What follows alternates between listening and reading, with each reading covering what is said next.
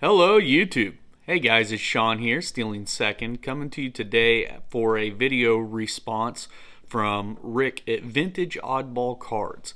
Rick had done a contest giveaway with a really great topic that I wanted to kind of talk about and touch base with you guys. His topic he had brought up was, do you own or would you own any OC off center or MC miscut cards, graded cards, vintage, for your collection? So I think this is a great topic for several reasons. I think it touches on just some of people's buying habits and collecting habits, which is always a great thing to talk about. For me, I own just one OC card in my collection. The only reason I own that card, honestly, is because it was at a show, the price was right, and for the few dollars that I paid for that card, I thought, why not?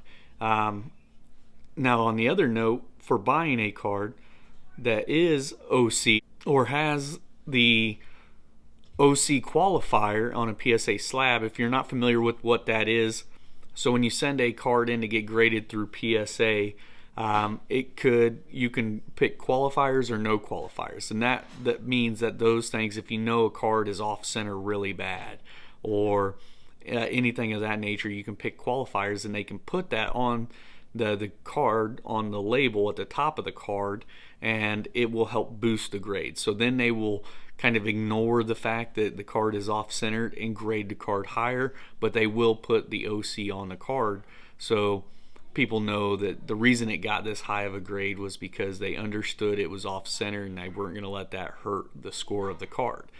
So that aside, I digress back to buying a card with OC. For me, I typically try not to. It doesn't really bother me that bad that it would have the OC, especially on vintage cards, because almost all of them are off center. So it's not really a major factor to me. But the other big factor is so a card, say a card would grade out typically with no qualifiers at a 3 with a numerical grade, but they did do a qualifier and it gets a 5 off center or 5 OC on the grade. People, I find, like to price those cards at the 4 range or sometimes even in the 5 range and ignore the qualifier. For me, for a card that I typically think, if it didn't have the qualifier, would grade 2 slots below what it actually graded, I have a hard time justifying paying $1 over what it would be at a 3, and actually wouldn't pay what 3s are going for at that. I'd rather have a 3 that's centered, and not have a qualifier. But if they do have the card priced right, the picture quality on it is amazing, then yeah, I would entertain that card. To me, centering isn't that big of a deal, but it is a big deal. With vintage cards, I've kind of gotten past the fact that I can't let centering kill me all the time, because I don't buy high enough graded cards that I can really be too strenuous on the centering. Very rarely do you get lower numerical graded cards that have fantastic centering. When I do see those, I try to go after those. But for me, I'm more interested in picture quality most of the time. If a card has a fantastic picture, I can ignore the centering. But it also vice versa, if the card has fantastic centering but has some slight picture issues, I can ignore it sometimes for the centering.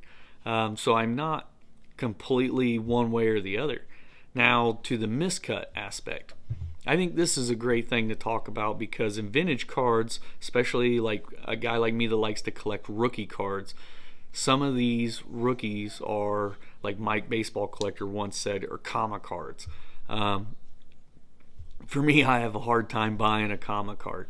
When it comes to spending $1,000 on a baseball card, I think of all the projects that could be done around the house, or I could do to upgrade things, or take family on a trip, or buy extra stuff. So I have a hard time dropping $1,000 on one baseball card. $100 here, a couple $100 there is one thing, but dropping $1,000 in one shot on one baseball card, I really have a hard time doing that. And I haven't, and I haven't really came across anything that I thought that, yeah, I would yet. I say yet because I do have expensive taste when it comes to cards. I like rookie cards. I like vintage Hall of Fame rookie cards. 70% of those are $1,000 cards. So, with that said, going back to the miscut. So where the miscut comes in is some of those common cards you can find in like a pretty mid-grade grade through like PSA or BGS, whatever, or SGC, that is miscut, but the picture quality on that card's fantastic. To buy a card that was not miscut, centered with that picture quality, would be way out of my budget. So like he showed, a 54 Ernie Banks and a 54 Hank Aaron rookie card.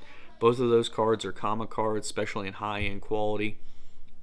I'm interested in those cards, but for like the Hank Aaron, I think even a 1 is $1,000 card, where the Ernie Banks, you have to get to like a PSA 4 or 5, I believe, to be near $1,000. So for either one of those cards, if I came across one that was miscut, but the picture quality was fantastic, the price was right, and the seller was willing to deal with me, absolutely, I would buy that card. It wouldn't bother me. It'd be more about just owning the card for me. But do I typically shop for those cards? No. I don't see too many of those cards, period. When I do see those cards, it all boils down to quality of the card and the price. Like I said, I'm not shopping in the high grades of those cards, so the ones that are in the lower grade that I see, typically I run into people that are just overpriced, period. So that's why I don't own either one of those cards. But if I came across one that was miscut, price was right, picture looked great, it'd be in my collection right now, and no questions asked, not a care in the world. And I'd probably be doing a video on it, pitching it to you guys of why it was how I justified it was okay to buy a miscut card. So anyways, that's my response for Rick's video. If you have not checked out Vintage Oddball Cards, please go over to his channel. He has great content, loves talking especially about pre-war cards. He has an amazing collection, a lot of knowledge for you guys thinking about getting into vintage or even pre-war. He has a lot of post-war stuff too. He's a wealth of knowledge, and it's a very entertaining, great channel. So please go over there, check out Rick's channel. Leave him a comment, let him know I sent you over, and check out his subscriber giveaway for you guys that are making content that aren't familiar with Rick. Go check it out, make a video. It's fun, it's a really good giveaway, and it's just a really good discussion. I'd be interested to see what everybody else is. I watched a couple videos and listening to people. The videos I have seen, guys have been very similar with me. I'd like to hear the other side. So I'm looking forward to watching these videos and seeing what others have to say and how they justify their thoughts. So either way, guys, thanks for watching. Stick around, and also go check out Vintage Oddball Cards. Say hi to Rick. Until next time, talk to you later.